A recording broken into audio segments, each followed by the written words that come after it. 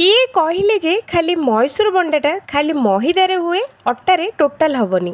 तो आज आम बनइबा अट्टारे मैसूर बंडा, सेटा भी मैदा ठारू भी 2 डबल टेस्टी रे, ताठू भी अधिक नरम रहिबा और ताठू भी मैदा ठारू भी अधिक स्वादिष्ट लागिबो। सब किछि रहिला हम बनइबा उपरे, आमे जदि जेमिति बनइबा सेतिकी स्वादिष्ट निहाती हबो। तो चलंतु फ्रेंड्स, आज आमे बनइबा तेलुगु आउ तमिलनाडु स्टाइल मैसूर बंडा। एटा देखिबा जेतिकी सुंदर लगे, खाइबा ताठू भी अधिक भल लगे। थरे खाइला मात्रे बारंबार तैयारी करने इच्छा होबो आउ खाइबा बहुत ही बढ़िया लगिबो। तो हेलो फ्रेंड्स, बासमती किचन रे आपण मानक समस्त को बहुत बहुत स्वागत जनाऊँगी। जदि फर्स्ट टाइम मो चैनल को जदि देखु थांती तो प्लीज़ वीडियो को गोटे लाइक करबा आउ चैनल को सब्सक्राइब करबा जमा भी भूलंतुनी। तो चलंतु आज रेसिपी स्टार्ट करबा।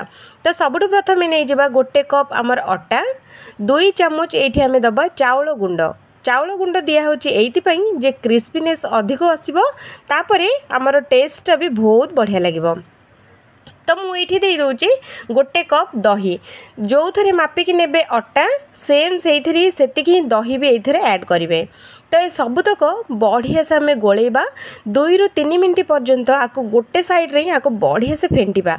आपण मैंने जेतिकी अटाटा को फेंटिकी रखिए तो आपण मानक मैसूर बंडाटा बहुत ही बढ़िया से फुलिबो आउ टेस्ट भी बहुत बढ़िया आसीबो। तो देखंतु फ्रेंड्स, एमिति करके आपको गोलेबे, ना बेसी पतला करिवे ना बेसी मोटा करिवे।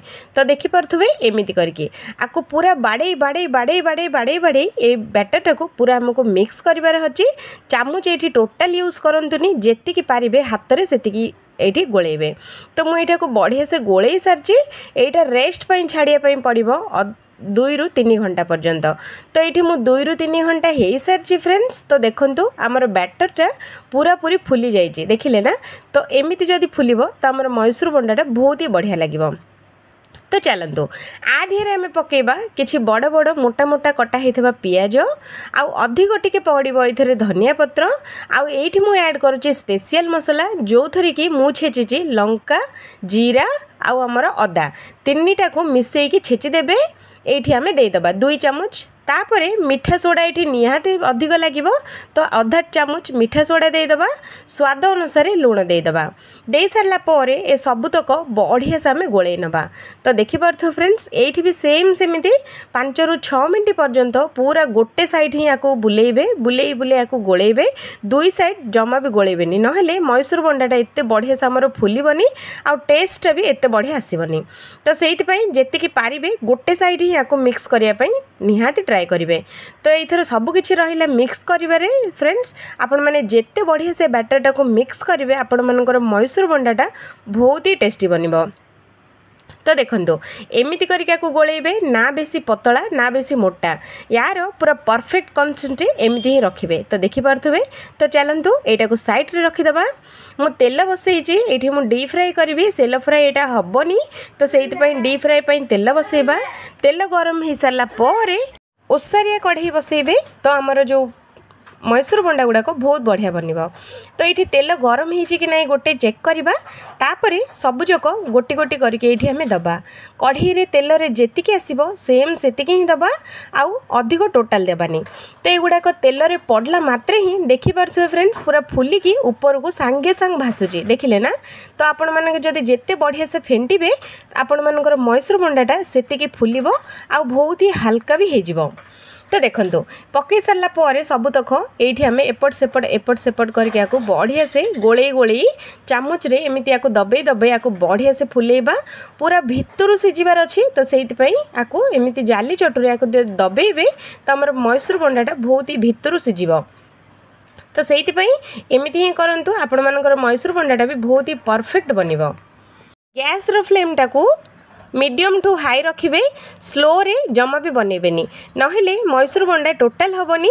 हाई टू मीडियम ही रखिए, स्लो मीडियम रे टोटाल बनइबेनी फ्रेंड्स। तो ये कथाटा जरूरी ध्यान रखिए।